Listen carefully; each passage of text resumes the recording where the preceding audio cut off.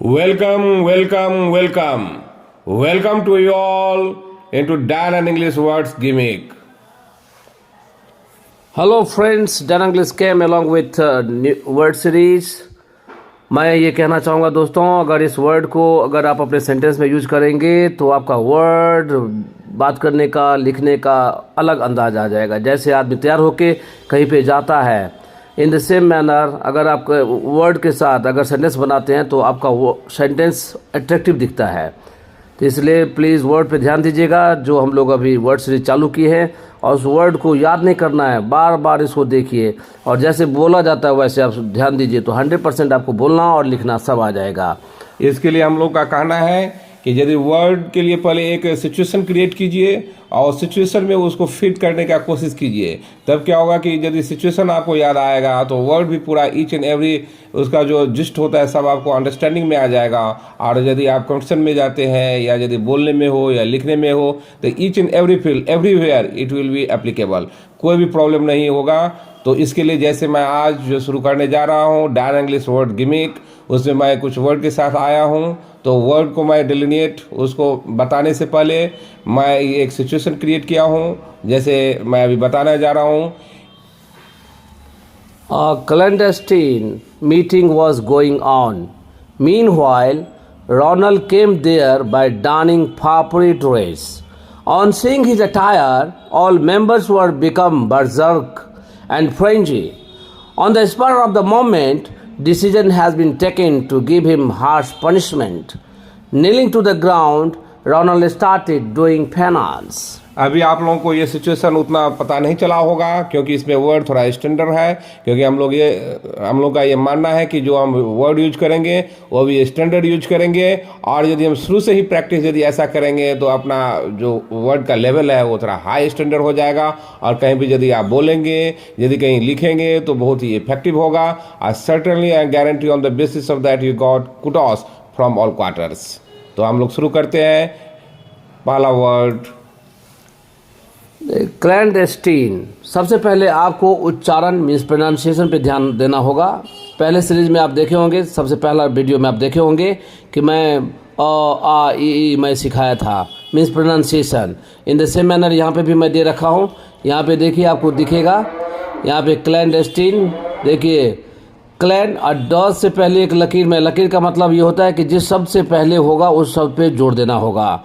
और ए और ई क्लैंडेस्टीन क्या पढ़ेंगे? क्लैंडेस्टीन। क्लैंडेस्टीन ये एडजेक्टिव है जिसका मतलब होता है प्लान्ड और डन इन सीक्रेट, मीन्स छुप छुप के, गुपचुप, चोरी छुपे। सीक्रेट प्लान मीन्स गुप्त प्लान, ताकि किसी को पता न चले। खासकर आप देखते होंगे कि इलेक्शन के समय में या मान लीजिए दो खेमे में झगड़ा हो रहा है तो उस समय देखिए अलग अलग खेमा अपना गुप्त प्लान बनाता है। उस समय आप देखते होंगे कि क्लैंडस्टीन का वर्ड बहुत यूज होता है। तो इसका अर्थ समझिए कि क्लैंडस्टीन का अर्थ होता है कि प्लान और डन इन सीक्रेट। जैसे एग्जाम्पल के तौर पे मैं बताना चाहूँगा कि a clandestine meeting is held by BJP intermittently, माने बीजेपी के द्वारा बीच बीच में गुप्त मीटिंग लिया जाता है। Her clandestine affair turn into reality by having tied the knot with her boss। मान लीजिए किसी का अफेयर था उसके बॉस के साथ, जब वो रियलिटी में कन्वर्ट हो गया, जब उसके साथ शादी हो गया, तो उसको हम यदि बोलेंगे तो her clandestine affair turn into reality by having tied the knot with her boss। Surgical strike was totally a clandestine operation। देखिए ध्यान दीजिएगा, surgical strike was totally a clandestine operation। यहाँ पे ध्यान दीजिएगा प्रोनाउंसिएशन पे, वर्ड का यूजिंग पे। तो आप, मुझे उम्मीद है कि आपको क्लैंडस्टीन शब्द समझ में आ गया होगा और उसके साथ खेलिए, ज़्यादा से ज़्यादा इसको यूज कीजिए। यूज करना बहुत ही ज़रूरी है। केवल वर्ड आ जाना कोई मायने नहीं रखता है, उसको आप यूज कितना करते हैं इट इज़ पैरामाउंट, वो बहुत ही महत्वपूर्ण है। दूसरा वर्ड उसमें यूज हुआ था डान। डान मीन्स होता है कपड़ा पहनना, to put on a piece of clothing means कपड़ा पहनना। देखिए ए के बाद दो लकीर है, यहाँ पे ए के बाद देखिए दो लकीर है, ये दिख रहा है आपको, उसको आ पढ़ते हैं। पहला वीडियो में मैं बताया हूँ कि आप पढ़ते उसको डान, क्या पढ़ेंगे? डॉन नहीं पढ़ेंगे, डान। डान ये वर्ब है। डान मीन्स होता है कपड़ा पहनना, to put on a piece of clothing, बरोबर। एग्जाम्पल देखिए, स्वाति, एज फॉर एग्जाम्पल, जैसे डान को हम यदि सिनोनिम के रूप में लेंगे, यदि साधारण भाषा में उसको यदि हम समझाएंगे तो आप बोलेंगे कि जैसे वियर होता है, वियर क्लोथ जो होता है, तो जस्ट लाइक डान हो गया। जैसे एग्जाम्पल के तौर पे, Swati went to attend seminar by donning her finest dress. मैंने कोई भी मान लीजिए सेमिनार में जाता है या कोई पार्टी में जाता है, कहीं भी जाता है, तो कोई जो कपड़ा थोड़ा अच्छा ही पहनता है, तो इसलिए जैसे वो सेमिनार में जा रही है तो उसको मैं जैसे इसमें एग्जांपल के तौर पे बताया कि Swati went to attend seminar by donning her finest dress. जैसे दूसरा एग्जांपल है, while attending class you should don uniform. मैंने कहीं जहाँ यूनिफॉर्म लागू होता है वहाँ पे आपको यूनिफॉर्म पहन के ही जाना चाहिए। तो जैसे इसको मैं यूज करूँ सेंटेंस में, तो while attending class you should don uniform. Donning warm cloth is necessary winter. जैसे कि आपको पता है कि सर्दी है, ठंड में आपको गर्म कपड़ा पहनना पड़ता है, तो डार्निंग वार्म क्लोथ मैंने गर्म कपड़ा इज नेसेसरी इन विंटर, बरोबर। और डान जब नाउन होता है तो उसका मतलब होता है अ लेक्चरर, कॉलेज टीचर जिसको बोलते हैं उसको हम लेक्चरर बोलते हैं। डान, मुझे उम्मीद है कि आपको याद हो गया होगा। डान, डान मीन्स होता है कपड़ा पहनना, और सेंटेंस के थ्रू हम लोग बताने की कोशिश की है और आगे मैं आपको बताता रहूँगा। अब दूसरा वर्ड है फाफड़े। फाफड़े, फाफड़ी मीन्स होता है बेढंगा, मैंने कलरफुल ड्रेस जो पहनता है। फाफड़ी ये नाउन है, affected and excessive concern with one's clothes and appearance. मतलब देखिए, फाफड़ी ड्रेस वही पहनता है जो ना समझ होता है, बेवकूफ़ आदमी जिसको बोलते हैं, रास्कल। वो कलरफुल ड्रेस पहनेगा। जो देखे होंगे जो कम पढ़ा लिखा रहता है वो ज़्यादातर आदमी ये फाफड़ी ड्रेस पहनता है, मतलब कलरफुल ड्रेस पहनता है। सो कॉल्ड अच्छे लोगों को आप नहीं देखते होंगे, नहीं तो मैंने जिसको सेंस ना हो कुछ कपड़ा पहनने का, मान लीजिए कहीं पे मीटिंग चल रहा है, हाई प्रोफाइल मीटिंग चल रहा है, लेकिन बेरंगा कपड़ा पहन के आ गया। जैसे मैं एग्जांपल में भी मैं यही दिखाया था कि जब वो आ गया तो आदमी थोड़ा ज़्यादा गुस्सा में आ गया, तो इसलिए उसको स्टूपिड पर्सन जिसको हम बोलते हैं, वो जनरली वो फाफड़ी ड्रेस ज़्यादा डॉन करता है। जैसे एग्जाम्पल के तौर पे, he is a stuntman, plain, no फाफड़ी इन हिज ड्रेस। मतलब वो आदमी है, ऐसा आदमी है एकदम बिल्कुल टाइट है, वो फाफड़ी ड्रेस पसंद नहीं करता है, मीन्स कलरफुल ड्रेस नहीं पसंद करता है, बरोबर। समझ में आ गया होगा। चौथा वर्ड है बर्जर्क। बर्जर्क, यहाँ पे ध्यान दीजिएगा उच्चारण पे। यहाँ पे जेड जो है वो ज, मतलब टंग को दांत के पीछे चिपकाइए और घर्षण से हवा निकालिए। बर्जर्क, वेरी एंग्री और आउट ऑफ कंट्रोल। आप देखे होंगे कहीं पे जैसे पाकिस्तान और इंडिया का खासकर मैच होता है, उस समय अगर पाकिस्तान खासकर हार जाए तो वहाँ का जो ऑडियंस होता है वो बर्जर्क हो जाता है, मीन्स आउट ऑफ कंट्रोल हो जाता है, फील्ड में आ जाएगा, चिल्ला के चिल्लाने लगेगा, गाली देने लगेगा, उसको बोलते हैं बर्जर्क, मतलब आउट ऑफ कंट्रोल। ये एडजेक्टिव है, एडजेक्टिव है, और एडजेक्टिव को एडजेक्टिव की तरह यूज कीजिए एग्जाम्पल के रूप में। No sooner did Pakistan lose match than all fans became berserk and entered into the ground, बरोबर। मतलब जो ही पाकिस्तान मैच हार गया, सब वहाँ का जो फैन है, वहाँ के जो लोग हैं, वहाँ का जो ऑडियंस है, सब फील्ड में आ जाता है, मीन्स खेल प्लेग्राउंड में आ जाता है। On winning the game Argentinian fans were going berserk with excitement. अभी आप देखे होंगे हाल फिलहाल में मैच हुआ था फुटबॉल का, जिसमें अर्जेंटीना जीत गया था, तो वहाँ का सब खुशी से एक्साइटमेंट के साथ सब दौड़ के एकदम सब फैंस को तोड़ के प्लेग्राउंड के अंदर आ गया था।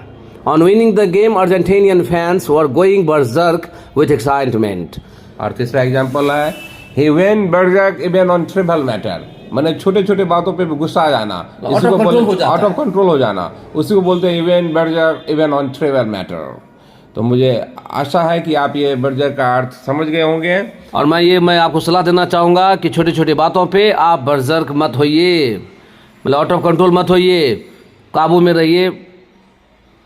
पांचवा वर्ड है फ्रेंजी। फ्रेंजी। देखिए, एफ से पहले मैं वो बताया था, ऊपर लकीर है, वो लकीर का मतलब होता है, मीन्स एफ पे आपको जोड़ देना है।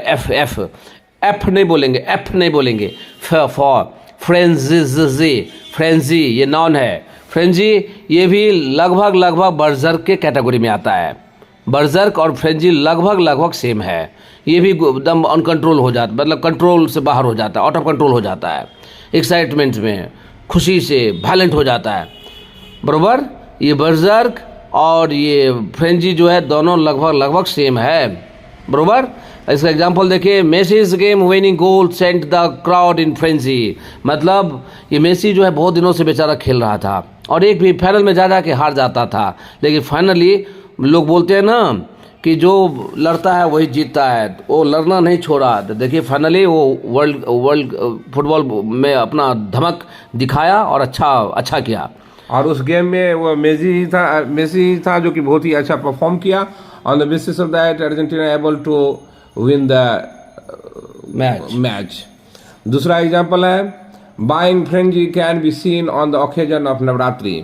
जनरली आप देखते होंगे जब कोई फेस्टिवल होता है तो सब खरीदी में लग जाता है, बहुत एक्सेसिव जो खरीदी हो जाता है उसको बोलते हैं buying frenzy.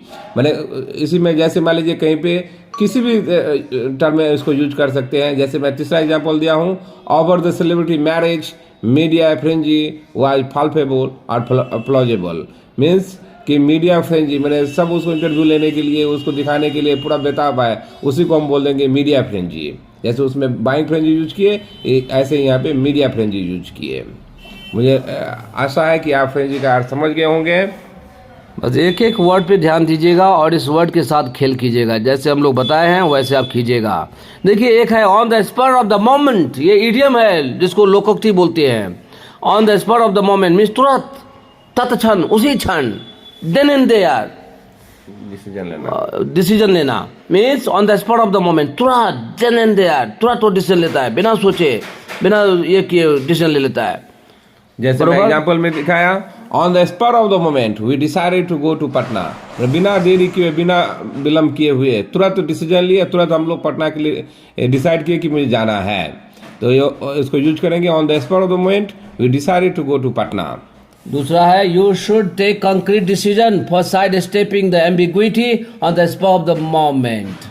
You should take concrete decision, मतलब यह है कि आपको एक कंक्रीट डिसीजन लेना होगा, एक समतुल्य में से एक अच्छा डिसीजन लेना होगा। मतलब जो आपका दिमाग में उठा पटक चल रहा है, वहाँ वो है, सशंका है, दुविधा में है, उसको ख़त्म करने के लिए आपको तुरंत देन एंड देयर आपको एक एक्शन लेना होगा। You should take concrete decision for side stepping the ambiguity on the spot of the moment. और तीसरा एग्जाम्पल है, I like to do things on the spot of the moment. मैं काम करना चाहता हूँ तत्क्षण, मैंने बिना सोचे टू मच थिंकिंग नहीं करना, मैंने लिंगरिंग नहीं करना, जो करना है तुरंत करना है, तो उसको हम यूज करेंगे, I like to do things on the spur of the moment. My friend याद कीजिएगा, on the spur of the moment आपको पेपर, मैगजीन, ये सब वर्ड बहुत ज़्यादा मिलेगा। इसलिए मैं आपसे यही दरख्वास्त करूंगा कि प्लीज़ इस पर ध्यान दीजिए और इस वर्ड के साथ खेलिए। डैन इंग्लिश का जो वर्ड गिमिक है ये बहुत अच्छा है और एग्जाम्पल के साथ समझाने की कोशिश किया गया है, और ऐसे ही हम वर्ड के साथ आएंगे। तो प्लीज़ 7 वर्ड्स देखिए। अटायर, देखिए यहाँ पे भी टी के पहले वो लकीर है, ऊपर में लकीर है, देखिए टी के ऊपर लकीर है, इसका मतलब टी पे जोड़ देना होगा। अटायर ये नाउन है, मतलब कपड़ा, जो अटायर में से होता है कपड़ा जो पहनते हैं, ड्रेस, हाँ पहनावा बोलते हैं। तो प्लीज पहनावा, अटायर। तो क्या बोलेंगे, Navika is looking good in scanty attire. Scanty में तो छोटा कपड़ा में नेविका बहुत अच्छी लगती है। Your attire matters a lot means आपका पहनावा बहुत ज़रूरी है, बहुत मैटर रखता है। मान लीजिए कहीं पे आप जाते हैं और आपका अटायर अट्रैक्टिव रहेगा तो लोग आपकी तरफ देखेगा। On the eve of auspicious day all are donning traditional attire. Generally आप लोग देखते होंगे कि कोई भी फेस्टिवल है, कोई अच्छा दिन है, उसके अवसर पे हम लोग अच्छा कपड़ा पहनते हैं। उसी को यदि हम बोलेंगे सेंटेंस में, तो on the eve of auspicious day all are donning traditional attire. तो मैं आपसे यही बोलूँगा कि वर्ड यूज कीजिए, अच्छा यूज कीजिए, स्टैंडर्ड यूज कीजिए, और अपने लैंग्वेज को, मैंने जैसे इंग्लिश में एक वर्ड होता है add new feathers in your cap, मैंने 4 चांद लगा दीजिए। Means of my saying, you are humbly requested to pronounce the word in good manner, means डैन एंड वे। डैन इंग्लिश आपको ये सिखाता है कि प्रोनाउंसिएशन, चाहे आप हिंदी बेल्ट से हों, चाहे आप कहीं से भी हों, डायलेक्ट नहीं दिखना चाहिए, डायलेक्ट नहीं आना चाहिए। इंग्लिश को इंग्लिश की तरह बोलेंगे, हिंदी को हिंदी की तरह बोलेंगे, कन्नड़ को कन्नड़ की तरह बोलेंगे। मीन्स सबका अपना, सब लैंग्वेज का अपना एक एसेंस होता है। अगर उस एसेंस में बोलेंगे तो लोग आपको बोलेगा यस दिस इज इंग्लिश। दूसरा वर्ड, 8वां वर्ड है नील। नील देखिए KNEEL, के यहाँ पे साइलेंट है और आई के बाद देखिए आगे 2 बिंदी है जिसको हम ई को बड़ा करके बोलेंगे, ई बोलेंगे छोटा करके तो हो गया दीर्घी, मीन्स हर्षी। अगर बड़ा करके बोलेंगे दीर्घी मीन्स नील। नील क्या बोलेंगे? Kneel. Kneel means to go down into or stay in a position where one or both knees are on the ground. Means दोनों घुटना जब जमीन पे आप टिकाते हैं तो बोलते हैं ना नील, मतलब घुटना टेकना, घुटना टेक दिया बंदा, बोलते हैं ना। और या घुटना टेक के जब बैठते हैं तो उसको भी बोलते हैं नील। खासकर आप देखे होंगे नमाज अदा करते समय आदमी ज्यादातर नील मीन्स वो घुटना टेक के जमीन पे बैठता है, या भगवान को भी प्रार्थना करता है तो आदमी घुटना टेक के ही बैठता है। जैसे एग्जाम्पल के तौर पे पहला एग्जाम्पल मैं दिया हूँ, शौर्य nailed to the ground for praying God। देखिए नील जो है वर्ब है तो इसका V3 जो होगा नेल, V2 जो होगा नेल्ड, V3 भी होगा नेल्ड, तो यहाँ पे मैं V2 यूज किया। शौर्य nailed to the ground for praying God means हो गया नील, नेल्ट, नेल्ट, नीलिंग, नील्स। और दूसरा एग्जाम्पल है पूजा knelt on to look under the bed for her pain। मैंने पूजा का निकालने के लिए बेड के नीचे गिर गया था उसको निकालने के लिए घुटा टेके और बेड के अंदर देख रही थी, तो उसको हम यूज करेंगे पूजा knelt down to look under the bed for her pain। By kneeling to the pranayama. Pranayama करते समय आपको नीलिंग करना पड़ता है, मीन्स घुटना टेक के जमीन पे बैठना पड़ता है। और प्राणायाम करने के लिए प्राणायाम भी कीजिए, शरीर के लिए भी बहुत फायदा कारक है। अभी देखिए सबसे चहेता वर्ड, डैन इंग्लिश का चहेता वर्ड है पेनांस। हम लोग बोलते हैं अपोलोजाइज, सॉरी, फीलिंग सॉरी, ये उसका स्टैंडर्ड वर्ड है पेनांस। देखिए पी से पहले आपको लकीर दिखेगा, उसका मतलब है पी पे आपको जोर देना होगा।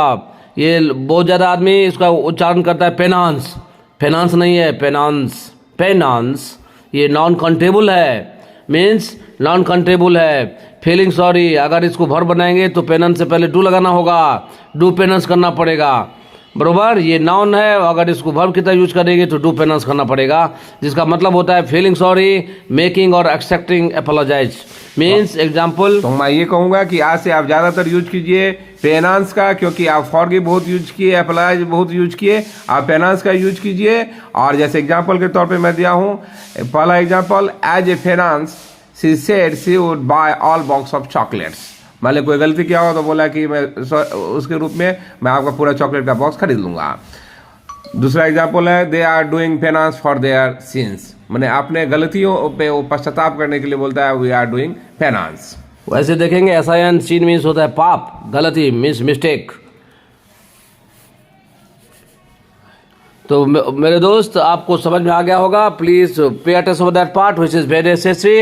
अगर आप इस पे ध्यान देंगे तो 100% आपको बोलना, लिखना और आपका लैंग्वेज उठ के आएगा, मीन्स लोग नोटिस करेगा यस दिस इज इंग्लिश। और डैन इंग्लिश का ये मोटो है। अभी मैं पूरा वर्ड आपको बता दिया हूँ जो मैं सिचुएशन में डाला था। अब उस स्लाइड को आप देखिए, a clandestine meeting was going on, meanwhile Ronald came there by donning papri dress। On seeing his attire, all members will become berserk and frenzy. On the spur of the moment, decision has been taken to give him harsh punishment. Kneeling to the ground, Ronald started doing penance and pleading for mercy। तो अभी आप इसका एक एक word का आपको अर्थ आता है, आप ये सिचुएशन समझ गए होंगे। इसी तरह से आप दूसरा सिचुएशन क्रिएट कीजिए, वो वर्ड को उसमें डालिए, वर्ड को अपना बनाइए, बार बार यूज कीजिए, एक वर्ड के साथ बार बार खेलिए, तब जाकर के वर्ड आपका अपना होगा। याद मत कीजिए, उसको प्रैक्टिस कीजिए। मैं ये कहूंगा कि प्लीज इस जो लिखा हुआ है उसको बार बार पढ़िए। A clandestine meeting was going on. Meanwhile, Ronald came there by donning papri dress. On seeing his attire, all members were become berserk and frenzy. On the spur of the moment, decision has been taken to give him harsh punishment. Kneeling to the ground, Ronald started doing penance. and pleading for mercy. तो please इसी के साथ मैं इस series को ख़त्म करता हूँ और फिर अगले सीरीज में हम मिलेंगे इस पे। तब तक इसको कमांड कीजिए, यूज कीजिए और इसी वर्ड के साथ खेलना शुरू कीजिए। तब तक बाय बाय।